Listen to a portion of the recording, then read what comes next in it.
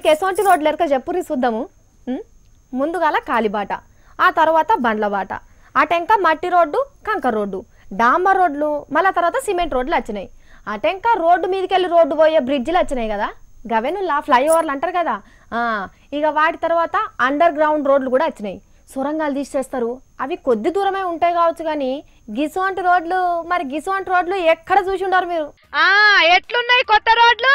ఆకాశంలో గాలిలా భూమి లోపల తవ్వుకొని పోయినట్టు ఏరే దేశాలల్లా ఇట్లా సొరికల్ల వాడే టెక్నాలజీని ఇట్లా తయారు చేసిండ్రా అని అనుకున్నారు. అస్సలు కాదు. ఇంతటి గొప్పతనము చరిత్ర సృష్టించే రోడ్లు ఒక్క మన దేశంలోనే ఉంటాయన్న ముచ్చట మీకు ఎరికే కదా. బరాబర్ మన దేశమే. మళ్ళా మన పక్క పొంటి తమిళనాడు రాష్ట్రం చెన్నై పట్టణంలో ఉన్నది ఈ రోడ్డు. అంటే సొరికలకు పోయే రోడ్డు అంటే నిజమే అనుకున్నారు.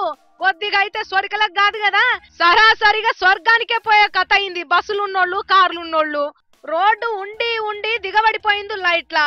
మెట్రో రైలు కోసము అవతలి రోడ్డు నుంచి యువతలి రోడ్డుకు సొరంగం ఒతిగా తవ్వి ఇడిచిపెట్టిండ్రు.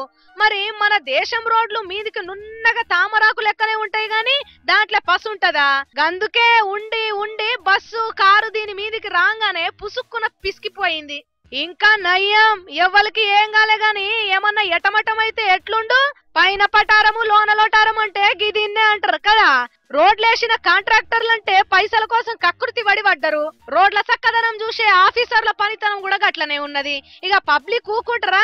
గిసొంటి రోడ్లు ఉంటే మా పానాలు ఓడు గ్యారెంట్ అని అక్కడనే లొల్లి చేసిండ్రు. కానీ చూడుండ్రి, రోడ్ల మీద పోయేటప్పుడు టక్కరై పానాలు పోవుడు చూసినాం గాని గిట్ల రోడ్ల మీద పోతున్నప్పుడు కూడా రోడ్లు కూలి పానాలు పోయినాయి అని చెప్పుకునే రోజులు వస్తాయేమో రాను రాను. భూమి మీద నూకులుంటే గాని రోడ్డు మీద బతికి బట్ట కట్టే కథ లేకుండా అవుతున్నది. ఏమో పోండ్రి.